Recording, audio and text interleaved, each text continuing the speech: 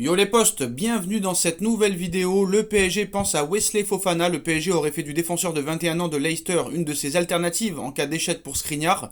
Donc depuis l'arrivée de Christophe Galtier et de Luis Campos, l'occasion également de voir les nouveaux arrivés, Vitinha, Hugo Ekitike, Nordi Mukiele. Dans le même temps, le coach parisien continue de travailler main dans la main avec Luis Campos pour la construction définitive de l'équipe, car on le sait, il va y avoir encore de nombreux départs. Leandro Paredes, Jorginho Wijnaldum ou encore Idrissa Gueye sont ainsi partants, alors que le Paris Saint-Germain veut aussi se débarrasser de Layvin Kurzawa qui intéresse l'OGC Nice.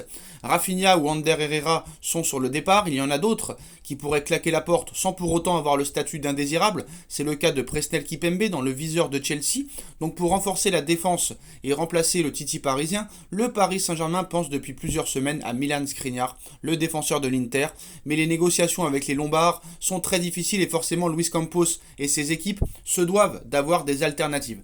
Et comme l'indique l'équipe aujourd'hui, Wesley Fofana en fait partie. Selon le journal L'équipe, il fait partie des pistes étudiées par Luis Campos, bien que pour l'instant ce ne soit qu'un simple intérêt. Aucune véritable approche n'a été faite et le prix du joueur s'annonce très élevé. Pour Leicester City, le joueur est considéré intransférable et il faudra donc débourser un montant fou, probablement supérieur aux 70 millions d'euros demandés par l'Inter pour Skriniar, pour se l'offrir. Dans ce dossier, il y aura aussi de la concurrence pour Wesley Fofana de Chelsea ainsi que de Manchester City, tous deux cherchant à renforcer leur secteur défensif. Donc ça va être une affaire à suivre, mais quoi qu'il en soit, si le Paris Saint-Germain veut se renforcer en défense centrale, il faudra y mettre le prix. C'est pour ça que plusieurs départs sont la priorité du club. Et le PSG est en passe de se séparer de plusieurs joueurs, surtout de deux dans les prochains jours. Donc les Parisiens avancent dans leur dégraissage et deux joueurs sont proches du départ en ce moment. Donc le PSG rame un peu dans son dégraissage comme beaucoup d'autres clubs à travers l'Europe. Il faut dire que pour l'instant, les têtes pensantes du champion de France en titre ont ainsi du mal à placer leur indésirable ailleurs, principalement pour des raisons financières, puisque les joueurs en question ont des salaires qui sont souvent assez élevés, surtout par rapport à leur production sur le terrain lorsqu'ils ont l'opportunité de jouer. Mais comme l'indiquent les médias italiens aujourd'hui, il y en a deux qui sont déjà très proches de partir. Le premier, c'est Leandro Paredes. Voilà des semaines déjà qu'un intérêt prononcé de la Juve existe. Et les discussions entre les deux clubs vont bon train. Mais surtout, ce que nous apprend la Gazzetta dello Sport, c'est que l'Argentin a donné son feu vert à l'opération et a dit oui à la Juventus. Donc il y a le mondial en ligne de mire. Paredes souhaite être discutable et titulaire indiscutable en vue du mondial et il sait qu'à Paris ça sera a priori pas le cas.